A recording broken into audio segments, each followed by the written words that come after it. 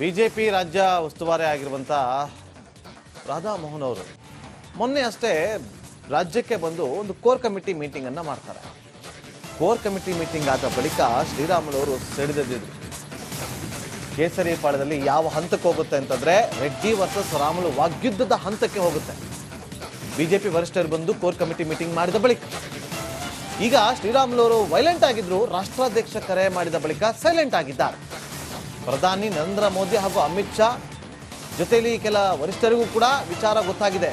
ಈ ದೋಸ್ತಿವಾರ್ ದೆಹಲಿಗೆ ಹೋಗೋದಕ್ಕೆ ಶ್ರೀರಾಮುಲು ಅವರು ಸಜ್ಜಾದ್ರ ಅನ್ನೋ ಪ್ರಶ್ನೆ ಉದ್ಭವ ಆಗ್ತದೆ. ನಿನ್ನೆ JP ನಡ್ಡಾ ಅವರು ಕರೆ ಮಾಡಿ ಮಾತಾಡಿದ್ದಾರೆ. ಅವರಿಗೆ ಏನಾಗಿದೆ ಎಲ್ಲವನ್ನು ಕೂಡ ವಿವರಿಸಿದ್ದೀನಿ. ಕೋರ್ ಕಮಿಟಿಯಲ್ಲಿ ರಾಧಾ ಮೋಹನ್ ಅವರ ಬಗ್ಗೆಯೂ ಕೂಡ ಹೇಳಿದ್ದೀನಿ. ದೆಹಲಿಗೆ ಬರೋದಿದ್ರೆ ಬನ್ನಿ ಅಂತ ಹೇಳಿದ್ದಾರೆ. ನಾನು ಬರ್ತೀನಿ ಅಂತ ಹೇಳಿದ್ದೀನಿ ಅಂತ ಹೇಳಿದ್ದಾರೆ ಶ್ರೀರಾಮುಲು ಅವರು. ನೋಡಿ, ಫುಲ್ ವೈಲೆಂಟ್ ಆಗಿದ್ರು. ವರಿಷ್ಠರ ಕಾಲ್ ಬರ್ತಾ ಇದ್ದಂತೆ ಫುಲ್ ಸೈಲೆಂಟ್ ಆಗಿದ್ದಾರೆ. ಒಂದು ಕಡೆ ಯಾವ ಹಂತಕ್ಕೆ ಹೋಗುತ್ತೆ ಅಂತಂದ್ರೆ, ಈ ದೋಸ್ತಿ ಮುರಿದು ಬಿದ್ದು ತುಂಬಾ ದಿನ ಆಗಿದೆ. ಅದು ಒಂದು ಚುನಾವಣೆಯಿಂದ ಒಂದು ವ್ಯವಹಾರಿಕವಾಗಿ ಇವರಿಬ್ಬರ ದೋಸ್ತಿ ದೂರ ದೂರ ಆಗುತ್ತೆ. ಸಂಡೂರು ಎಲೆಕ್ಷನ್ ಸೋಲಿಗೆ ಕಾರಣ ಶ್ರೀರಾಮುಲು ಅಂತೇಳಿ ಕೆಲವರು ಆರೋಪವನ್ನ ರಾಧಾ ಮೋಹನ್ ದಾಸ್ ಅವ್ರ ಹತ್ರ ಮಾಡಿದಾಗ, ಶ್ರೀರಾಮುಲು ಅವ್ರನ್ನ ಕರೆದಿ ಕೇಳಿದಾಗ ರಾಧಾ ಮೋಹನ್ ಅವರು ಯಾರು ಹೇಳಿದ್ದು ಹೈಯೆಸ್ಟ್ ನಾವು ಓಟನ್ನು ತಂದಿದ್ದೀವಿ, ಅದು ಕಾಂಗ್ರೆಸ್ನ ಭದ್ರಕೋಟೆ ಸಂಡೂರು ಅಂತಂದ್ರೆ ನಾವು ಅಷ್ಟು ಮತಗಳನ್ನ ಪಡೆದುಕೊಂಡಿದ್ದೀವಿ, ಇದಕ್ಕೆ ನಾನು ಈ ರೀತಿಯಾಗಿ ಓಡಾಟವನ್ನ ಮಾಡಿದ್ದೀನಿ ಅಂತೇಳಿ ಶ್ರೀರಾಮುಲು ಅವರು ವಿಚಾರಣೆಯನ್ನ ಪ್ರಸ್ತಾಪ ಮಾಡಿದಾಗ ಓಕೆ ನೀವು ಓಕೆ ಅಂತೇಳಿ ಕಳಿಸ್ಬಿಡ್ತಾರೆ. ಅದಾದ ಬಳಿಕ ಹೊರಗಡೆ ಬಂದು ಮಾಧ್ಯಮದವರ ಮುಂದೆ ಮಾತಾಡಕ್ಕೆ ಹೋಗ್ತಾರೆ. ಆದ್ರೆ ಅಲ್ಲೇ ಇದ್ದಂತ CT ರವಿ ಅವರು ವಿಜೇಂದ್ರ ಅವರನ್ನ ಸೈಡ್ ಕರ್ಕೊಂಡೋಗಿ ಸಮಾಧಾನ ಮಾಡ್ತಾರೆ. ಆದ್ರೂ ಕೂಡ ಅವರಲ್ಲಿದ್ದಂತ ರೋಷಾಗ್ನಿ ಕಡಿಮೆ ಆಗೋಲ್ಲ. ಮತ್ತೆ ಜನಾರ್ದನ್ ರೆಡ್ಡಿ ವಿರುದ್ಧ ಕೆಂಡ ಕಾರ್ತಾರೆ. ಜನಾರ್ದನ್ ರೆಡ್ಡಿ ಕೂಡ ಸುದ್ದಿಗೋಷ್ಠಿಯನ್ನು ನಡೆಸ್ತಾರೆ. ಇಷ್ಟಕ್ಕೆ ನಿಂತೋಗಲ್ಲ, ಆ ಕಡೆ ಕಾಂಗ್ರೆಸ್ಗೆ ಹೋಗ್ತಾರಂತೆ. DK ಶಿವಕುಮಾರ್ ಅವರ ಜೊತೆ ಮಾತುಕತೆ ಆಗಿದ್ದಂತೆ ಅನ್ನೋ ಚರ್ಚೆಗಳು ಕೂಡ ನಡೀತು. ಎಲ್ಲಾ ವಿಚಾರಗಳು ಬಿಜೆಪಿ ವರಿಷ್ಠರಿಗೆ ಮುಟ್ಟುತ್ತೆ. ಬಿಜೆಪಿ ರಾಷ್ಟ್ರಾಧ್ಯಕ್ಷರು ಫೋನ್ ಮಾಡ್ತಾರೆ JP ನಡ್ಡಾ ಅವರು. ಇನ್ನೇನಾದ್ರು ಬಂದ್ರೆ ಮಾತಾಡೋಣ ಅಂತ ಅಂತಾರೆ. ಆಯ್ತು ನಾನು ಬರ್ತೀನಿ ಅಂತ ಹೇಳಿದ್ರಂತೆ. ಕೇಳಿ ಏನ್ ಮಾತಾಡಿದಾರಂತ. ನಿನ್ನೆ ರಾಷ್ಟ್ರೀಯ ನಾಯಕರಾದಂಥ ಸನ್ಮಾನ್ಯ JP ನಡ್ಡಾ ಸಾಹೇಬರು ನನಗೆ ಫೋನ್ ಮೂಲಕ ದೂರವಾಣಿ ಮೂಲಕ ಅವರು ಮಾತಾಡಿದರು. ಅವರಿಗೆ ನಾನು ಸಂಪೂರ್ಣವಾಗಿ ಎಲ್ಲವನ್ನು ವಿವರಿಸಂತ ಕೆಲಸ, ಏನೇನಾಗಿದೆ, ಏನಾಗಿದ್ದಕ್ಕೋಸ್ಕರ ಹಿಂಗೆಲ್ಲ ಆಗಿದೆ ಅನ್ನೋಂಥ ವಿಚಾರದ ಬಗ್ಗೆ, ಕೋರ್ ಕಮಿಟಿಯಲ್ಲಿ ರಾಧಾಮೋಹನ್ ಅಗ್ರವಾಲ್ ಬಗ್ಗೆ ಕೂಡ ನಾನು ಪ್ರಸ್ತಾಪನೆಯನ್ನು ಕೂಡ ಮಾಡಿದಂಥ ಟೈಮಲ್ಲಿ ಅವರು ಒಂದೇ ಮಾತು ಹೇಳಿದ್ರು, ರಾಮುಲು ಯಾವುದೇ ರೀತಿಯಲ್ಲಿ ಕೂಡ ನಿನ್ನ ಪರವಾಗಿ ನಾವಿದ್ದೀವಿ, ಯಾವುದೇ ಯೋಚನೆಯನ್ನು ಮಾಡೋಕೆ ಹೋಗ್ಬೇಡ್ರಿ, ಮುಂದಕ್ಕೆ ನೀವೇನ ಡೆಲ್ಲಿಗೆ ಬರಂಗಿದ್ರೆ ನೀವು ಬರ್ರಿ ಅನ್ನೋಂಥ ಮಾತನ್ನು ಕೂಡ ಅವ್ರು ಹೇಳಿದರು. ನಾನು ಹೇಳಿದೆ ಮುಂದಕ್ಕೆ ಡೆಲ್ಲಿಗೆ ಬರ್ತೀನಿ, ತಮ್ಮನ್ನ ಬಂದು ಭೇಟಿ ಆಗ್ತೀನಿ ಅಂದ್ರಿಗಿನ ಅವ್ರು ಹೇಳಿದರು, ರಾಮುಲು ಅವರೇ ನಿನಗೆಲ್ಲ ನಮ್ಮ ಜೊತೆಲಿದ್ದಂಥವ್ರು ಸಹಾಯಕರು ಅವ್ರ ನಂಬರ್ಗಳಿದೆ ಅಲ್ಲ ಅಂತ ಹೇಳಿದರು. ಅವ್ರದ್ದು ಸಹಾಯಕರದ ನಂಬರ್ ಎಲ್ಲ ಕೂಡ ಇದೆ, ನಾನು ಅವ್ರ ಹತ್ರ ಅಪಾಯಿಂಟ್ಮೆಂಟ್ ತೊಗೊಂಡು ಬರ್ತೀನಿ ಅಂದರೆ ಯಾವಾಗನ ಬಾ ರಾಮುಲು, ಆಲ್ವೇಸ್ ವೆಲ್ಕಮ್.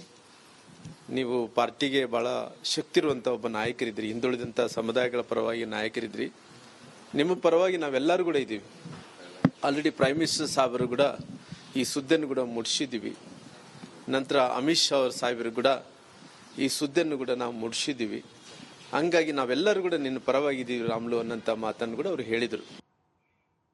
ಕೂಡ ಎಲ್ಲ ನಾಯಕರು, ರಾಷ್ಟ್ರೀಯ ನಾಯಕರು, ರಾಜ್ಯ ನಾಯಕರು ಎಲ್ಲರೂ ಕೂಡ ಇಲ್ಲ ರೀ, Ramulu is a hard worker man, ಬಡತನರ ಬಗ್ಗೆ, ರೈತರ ಬಗ್ಗೆ, ಹಿಂದುಳಿದಂಥ ಜಾತಿಗಳ ಬಗ್ಗೆ ಕಳ್ಕಳಿರೋಂಥ ಒಬ್ಬ ನಾಯಕ, ಆ ಮನುಷ್ಯನನ್ನ ನಾವು ಕಳ್ಕೋಬಾರ್ದು ಅನ್ನೋಂಥ ಮಾತನ್ನು ಕೂಡ ಅವರು ವ್ಯಕ್ತಪಡಿಸಿರೋ ಕಾರಣ ಇನ್ನು ಮುಂದೆ ಏನೇ ಇದ್ದರೆ ಕೂಡ ನನ್ನ ಪಾರ್ಟಿಯಲ್ಲಿ ಎಲ್ಲ ವಿಚಾರಗಳನ್ನು ನಾನು ತಿಳಿಸಿದ್ದೀನಿ. ಅಂದರೆ ನಾನು ಯಾವುದೇ ಮನಸ್ಸಲ್ಲಿ ಹಿಡ್ಕೊಂಡು ಯಾವ ವಿಷಯನೂ ಕೂಡ ಒಳಗಡೆ ಹಿಡ್ಕೊಳ್ಳಾರ್ದಂಥ ಎಲ್ಲ ವಿಷಯಗಳನ್ನು ನಾನು ಪಾರ್ಟಿಯವರಿಗೆ ತಿಳಿಸಿದ್ದೀನಿ. ಇನ್ನು ಮುಂದೆ ಏನೇ ಇದ್ದರೆ ಕೂಡ ನಮ್ಮ 4 ಗೋಡೆಗಳ ಮಧ್ಯೆ ಕುಂತ್ಕೊಂಡು ಅವರೆಲ್ಲ ಪಾರ್ಟಿ ನಾಯಕರು ಅವ್ರ ಹತ್ರ ಯಾವುದೇ ವಿಚಾರಗಳನ್ನು ಚರ್ಚೆ ಮಾಡಿಕೊಂಡು ಈ ರೀತಿ ಮುಂದಕ್ಕೆ ಮರಳಿ ಕಳಿಸ್ಬಾರ್ದು ಅನ್ನೋಂಥ ರೀತಿಯಲ್ಲಿ ಅವರು ಕೂಡ ನಾನು ವಿನಂತಿ ಮಾಡ್ಕೊತೀನಿ. ಯಾಕಂದರೆ ಎಲ್ಲ ಒಂದು ಕಡೆ ರಾಜಕಾರಣದಲ್ಲಿ ಕ್ರೆಡಿಬಿಲಿಟಿ ಅನ್ನೋಂಥದ್ದು ಭಾಳ ಮುಖ್ಯ. ಆ ಕ್ರೆಡಿಬಿಲಿಟಿಯನ್ನು ಕಳ್ಕೊಂಡ್ರೆ ರಾಜಕಾರಣದಲ್ಲಿ ಯಾವುದೇ ಅಸ್ತಿತ್ವನೂ ಉಳಿಯಲ್ಲ. ಹಂಗಾಗಿ ನಾನು ಅನೇಕ ಬಾರಿ ಕೂಡ ಸ್ವಾಭಿಮಾನಕ್ಕೆ ತೊಂದರೆ ಆದಂಥ ಟೈಮಲ್ಲಿ ಕೂಡ ಈ ರಾಜ್ಯದಲ್ಲಿ ಸ್ವಾಭಿಮಾನಿಗೆ ತೊಂದರೆ ಆಗಿದೆ ಅನ್ನೋಂಥ ಟೈಮಲ್ಲಿ ಕೂಡ ಈ ರಾಜ್ಯದಲ್ಲಿದ್ದಂಥ ಎಲ್ಲ ಜಾತಿಯ ಎಲ್ಲ ಧರ್ಮೀಯರ ಜನರು ರಾಮ್ಲವರು ಸ್ವಾಭಿಮಾನ ಅಂದ ತಕ್ಷಣ ಯಾವುದೇ ವಿಚಾರವನ್ನು ನೋಡಲ್ಲ.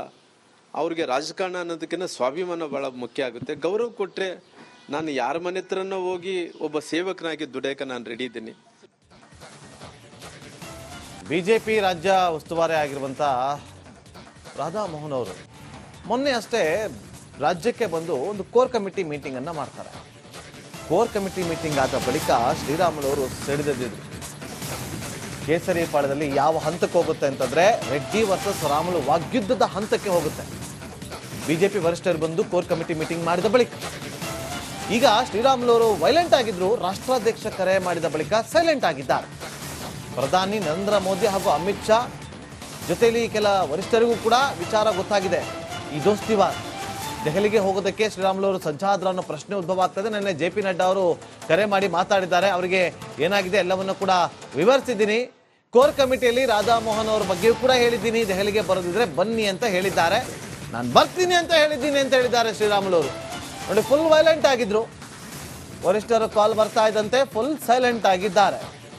ಒಂದು ಕಡೆ ಯಾವ ಹಂತಕ್ಕೆ ಹೋಗುತ್ತೆ ಅಂತಂದ್ರೆ ಈ ದೋಸ್ತಿ ಮುರಿದು ಬಿದ್ದು ತುಂಬಾ ದಿನ ಆಗಿದೆ.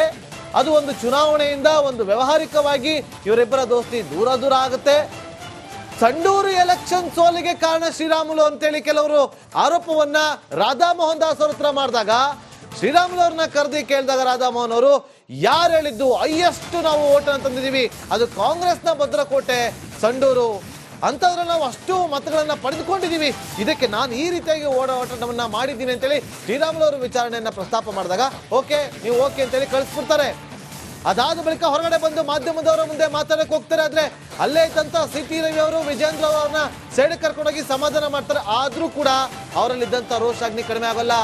ಮತ್ತೆ ಜನಾರ್ದನ್ ರೆಡ್ಡಿ ವಿರುದ್ಧ ಕೆಂಡ ಕಾರ್ತಾರೆ. ಜನಾರ್ದನ್ ರೆಡ್ಡಿ ಕೂಡ ಸುದ್ದಿಗೋಷ್ಠಿಯನ್ನು ನಡೆಸ್ತಾರೆ. ಇಷ್ಟಕ್ಕೆ ನಿಂತೋಗಲ್ಲ, ಆ ಕಡೆ ಕಾಂಗ್ರೆಸ್ಗೆ ಹೋಗ್ತಾರಂತೆ. DK ಶಿವಕುಮಾರ್ ಅವರ ಜೊತೆ ಮಾತುಕತೆ ಆಗಿದ್ದಂತೆ ಅನ್ನೋ ಚರ್ಚೆಗಳು ಕೂಡ ನಡೀತು. ಎಲ್ಲಾ ವಿಚಾರಗಳು ಬಿಜೆಪಿ ವರಿಷ್ಠರಿಗೆ ಮುಟ್ಟುತ್ತೆ. ಬಿಜೆಪಿ ರಾಷ್ಟ್ರಾಧ್ಯಕ್ಷರು ಫೋನ್ ಮಾಡ್ತಾರೆ JP ನಡ್ಡಾ ಅವರು. ಹಿಂದೇನಿದ್ರು ಬಂದ್ರೆ ಮಾತಾಡೋಣ ಅಂತ ಅಂತಾರೆ. ಆಯ್ತು ನಾನು ಬರ್ತೀನಿ ಅಂತ ಹೇಳಿದ್ರಂತೆ. ಕೇಳಿ ಏನ್ ಮಾತಾಡಿದಾರಂತ. ನಿನ್ನೆ ರಾಷ್ಟ್ರೀಯ ನಾಯಕರಾದಂಥ ಸನ್ಮಾನ್ಯ JP ನಡ್ಡಾ ಸಾಹೇಬರು ನನಗೆ ಫೋನ್ ಮೂಲಕ ದೂರವಾಣಿ ಮೂಲಕ ಅವರು ಮಾತಾಡಿದರು. ಅವರಿಗೆ ನಾನು ಸಂಪೂರ್ಣವಾಗಿ ಎಲ್ಲವನ್ನು ವಿವರಿಸಂಥ ಕೆಲಸ, ಏನೇನಾಗಿದೆ, ಏನಾಗಿದ್ದಕ್ಕೋಸ್ಕರ ಹಿಂಗೆಲ್ಲ ಆಗಿದೆ ಅನ್ನೋಂಥ ವಿಚಾರದ ಬಗ್ಗೆ, ಕೋರ್ ಕಮಿಟಿಯಲ್ಲಿ ರಾಧಾಮೋಹನ್ ಅಗ್ರವಾಲ್ ಬಗ್ಗೆ ಕೂಡ ನಾನು ಪ್ರಸ್ತಾಪನೆಯನ್ನು ಕೂಡ ಮಾಡಿದಂಥ ಟೈಮಲ್ಲಿ ಅವರು ಒಂದೇ ಮಾತು ಹೇಳಿದ್ರು, ರಾಮ್ಲು ಯಾವುದೇ ರೀತಿಯಲ್ಲಿ ಕೂಡ ನಿನ್ನ ಪರವಾಗಿ ನಾವಿದ್ದೀವಿ, ಯಾವುದೇ ಯೋಚನೆಯನ್ನು ಮಾಡೋಕೆ ಹೋಗ್ಬೇಡ್ರಿ, ಮುಂದಕ್ಕೆ ನೀವೇನ ಡೆಲ್ಲಿಗೆ ಬರಂಗಿದ್ರೆ ನೀವು ಬರ್ರಿ ಅನ್ನೋಂಥ ಮಾತನ್ನು ಕೂಡ ಅವ್ರು ಹೇಳಿದರು. ನಾನು ಹೇಳಿದೆ ಮುಂದಕ್ಕೆ ಡೆಲ್ಲಿಗೆ ಬರ್ತೀನಿ, ತಮ್ಮನ್ನ ಬಂದು ಭೇಟಿ ಆಗ್ತೀನಿ ಅಂದ್ರಿಗಿನ ಅವ್ರು ಹೇಳಿದರು, ರಾಮ್ಲವ್ರೆ ನಿನಗೆಲ್ಲ ನಮ್ಮ ಜೊತೆಲಿದ್ದಂಥವ್ರು ಸಹಾಯಕರು ಅವ್ರ ನಂಬರ್ಗಳಿದೆ ಅಲ್ಲ ಅಂತ ಹೇಳಿದರು. ಅವ್ರದ್ದು ಸಹಾಯಕರದ್ದು ನಂಬರ್ ಎಲ್ಲ ಕೂಡ ಇದೆ, ನಾನು ಅವ್ರ ಹತ್ರ ಅಪಾಯಿಂಟ್ಮೆಂಟ್ ತೊಗೊಂಡು ಬರ್ತೀನಿ ಅಂದರೆ ಯಾವಾಗನ ಬಾ Ramlu, always welcome.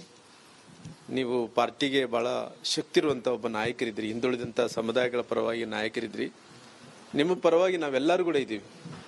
Already prime minister ಸಾಹೇಬರು ಕೂಡ ಈ ಸುದ್ದಿಯನ್ನು ಕೂಡ ಮುಡಿಸಿದ್ದೀವಿ. ನಂತರ ಅಮಿತ್ ಶಾ ಅವ್ರ ಸಾಹೇಬರು ಕೂಡ ಈ ಸುದ್ದಿಯನ್ನು ಕೂಡ ನಾವು ಮುಡಿಸಿದ್ದೀವಿ. ಹಂಗಾಗಿ ನಾವೆಲ್ಲರೂ ಕೂಡ ನಿನ್ನ ಪರವಾಗಿದ್ದೀವಿ ರಾಮ್ಲು ಅನ್ನೋಂಥ ಮಾತನ್ನು ಕೂಡ ಅವ್ರು ಹೇಳಿದರು. ಕೂಡ ಎಲ್ಲ ನಾಯಕರು, ರಾಷ್ಟ್ರೀಯ ನಾಯಕರು, ರಾಜ್ಯ ನಾಯಕರು ಎಲ್ಲರೂ ಕೂಡ ಇಲ್ಲ ರೀ, Ramlu is a hard worker man, ಬಡತನರ ಬಗ್ಗೆ, ರೈತರ ಬಗ್ಗೆ, ಹಿಂದುಳಿದಂಥ ಜಾತಿಗಳ ಬಗ್ಗೆ ಕಳ್ಕಳಿರೋಂಥ ಒಬ್ಬ ನಾಯಕ, ಆ ಮನುಷ್ಯನನ್ನ ನಾವು ಕಳ್ಕೋಬಾರ್ದು ಅನ್ನೋಂಥ ಮಾತನ್ನು ಕೂಡ ಅವರು ವ್ಯಕ್ತಪಡಿಸಿರೋ ಕಾರಣ ಇನ್ನು ಮುಂದೆ ಏನೇ ಇದ್ದರೆ ಕೂಡ ನನ್ನ ಪಾರ್ಟಿಯಲ್ಲಿ ಎಲ್ಲ ವಿಚಾರಗಳನ್ನು ನಾನು ತಿಳಿಸಿದ್ದೀನಿ. ಅಂದರೆ ನಾನು ಯಾವುದೇ ಮನಸ್ಸಲ್ಲಿ ಹಿಡ್ಕೊಂಡು ಯಾವ ವಿಷಯನೂ ಕೂಡ ಒಳಗಡೆ ಹಿಡ್ಕೊಳ್ಳಾರ್ದಂಥ ಎಲ್ಲ ವಿಷಯಗಳನ್ನು ನಾನು ಪಾರ್ಟಿಯವರಿಗೆ ತಿಳಿಸಿದ್ದೀನಿ. ಇನ್ನು ಮುಂದೆ ಏನೇ ಇದ್ದರೆ ಕೂಡ ನಮ್ಮ 4 ಗೋಡೆಗಳ ಮಧ್ಯೆ ಕುಂತ್ಕೊಂಡು ಅವರೆಲ್ಲ ಪಾರ್ಟಿ ನಾಯಕರು ಅವ್ರ ಹತ್ರ ಯಾವುದೇ ವಿಚಾರಗಳನ್ನು ಚರ್ಚೆ ಮಾಡಿಕೊಂಡು ಈ ರೀತಿ ಮುಂದಕ್ಕೆ ಮರಳಿ ಕಳಿಸ್ಬಾರ್ದು ಅನ್ನೋಂಥ ರೀತಿಯಲ್ಲಿ ಅವರು ಕೂಡ ನಾನು ವಿನಂತಿ ಮಾಡ್ಕೊತೀನಿ. ಯಾಕಂದರೆ ಎಲ್ಲ ಒಂದು ಕಡೆ ರಾಜಕಾರಣದಲ್ಲಿ ಕ್ರೆಡಿಬಿಲಿಟಿ ಅನ್ನೋಂಥದ್ದು ಭಾಳ ಮುಖ್ಯ. ಆ ಕ್ರೆಡಿಬಿಲಿಟಿಯನ್ನು ಕಳ್ಕೊಂಡ್ರೆ ರಾಜಕಾರಣದಲ್ಲಿ ಯಾವುದೇ ಅಸ್ತಿತ್ವನೂ ಉಳಿಯಲ್ಲ. ಹಂಗಾಗಿ ನಾನು ಅನೇಕ ಬಾರಿ ಕೂಡ ಸ್ವಾಭಿಮಾನಕ್ಕೆ ತೊಂದರೆ ಆದಂಥ ಟೈಮಲ್ಲಿ ಕೂಡ ಈ ರಾಜ್ಯದಲ್ಲಿ ಸ್ವಾಭಿಮಾನಿಗೆ ತೊಂದರೆ ಆಗಿದೆ ಅನ್ನೋಂಥ ಟೈಮಲ್ಲಿ ಕೂಡ ಈ ರಾಜ್ಯದಲ್ಲಿದ್ದಂಥ ಎಲ್ಲ ಜಾತಿಯ ಎಲ್ಲ ಧರ್ಮೀಯರ ಜನರು ರಾಮ್ಲವರು ಸ್ವಾಭಿಮಾನ ಅಂದ ತಕ್ಷಣ ಯಾವುದೇ ವಿಚಾರವನ್ನು ನೋಡಲ್ಲ. ಅವ್ರಿಗೆ ರಾಜಕಾರಣ ಅನ್ನೋದಕ್ಕಿಂತ ಸ್ವಾಭಿಮಾನ ಭಾಳ ಮುಖ್ಯ ಆಗುತ್ತೆ. ಗೌರವ ಕೊಟ್ಟರೆ ನಾನು ಯಾರ ಮನೆ ಹತ್ರನೋ ಹೋಗಿ ಒಬ್ಬ ಸೇವಕನಾಗಿ ದುಡಿಯೋಕೆ ನಾನು ರೆಡಿ ಇದ್ದೀನಿ.